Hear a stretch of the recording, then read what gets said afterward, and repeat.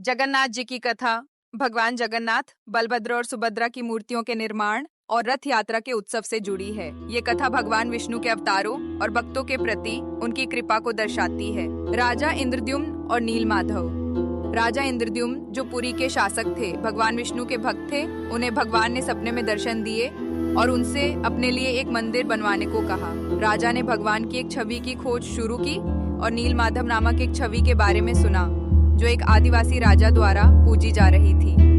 नीलमाधव की खोज। राजा ने अपने दूतों को नीलमाधव की खोज में भेजा। एक दूत विद्यापति ने आदिवासी राजा के घर में नीलमाधव को देखा और राजा को इस बारे में बताया।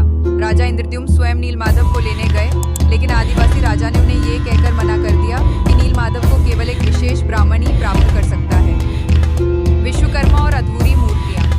राजा इंद्रद्युम्न ने भगवान विष्णु से प्रार्थना की और भगवान ने उन्हें एक सपना दिखाया, जिसमें उन्होंने उन्हें बताया कि नीलमाधव एक बरगद के पेड़ के नीचे छिपा हुआ है। राजा ने बरगद के पेड़ के नीचे खुदाई की और वहां से भगवान जगन्नाथ, बलभद्र और सुभद्रा की अधूरी मूर्तियां प्राप्त की। विश्वकर्मा का निर्माण। राजा ने भगवान की मूर्तियों को स्थापित करने के लिए एक मंदिर बनवाया।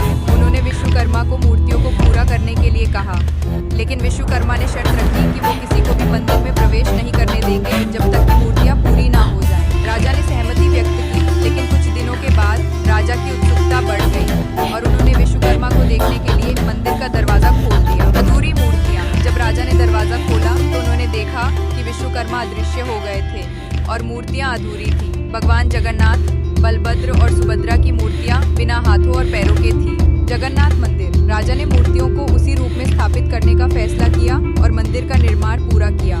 तब से भगवान जगन्नाथ, बलभद्र और सुभद्रा की अधूरी मूर्तियां जगन्नाथ मंदिर में पूजी जाती हैं।